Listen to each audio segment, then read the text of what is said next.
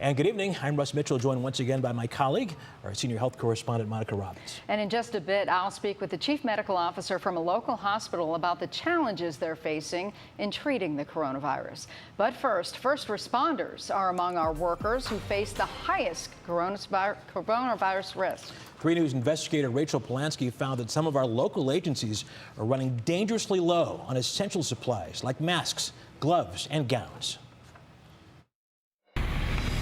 Whether it's flames ripping through a home or a terrible car crash, first responders are always there, and they approach the rapidly spreading coronavirus the same way. Only this time, there's too many people that need their help. It's not only just involving our county when we'd have a tornado or a flood or an ice jam or something like that, but now we're not only working with the state of Ohio, but it's nationwide too.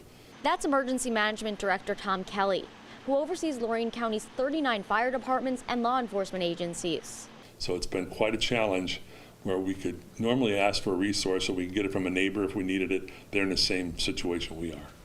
Their biggest problem, he says, getting enough N95 masks for his roughly 1,300 first responders. Normally these guys maybe wear them once a week if they have an issue where a person might be infected with something in a nursing home or they transfer into the hospital. But now, with this potential, they're using dozens a day across the county. Right now, he says they have about 200 N95 masks left, 50 gowns, and a few boxes of surgical gloves. First responders are only using this type of equipment for symptomatic patients. He also put in a request to the state to get more, but he was told it would be 70 days minimum. So are you worried?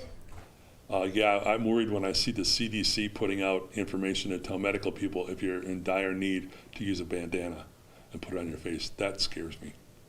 Now, Lorain County Emergency Management tells me this has become such a big problem that they are now accepting donations of N95 masks, gloves, and gowns. Now, I also talked with Cleveland Clinic, UH, and Metro Health today, and they tell me, quote, they have an adequate supply of N95 masks.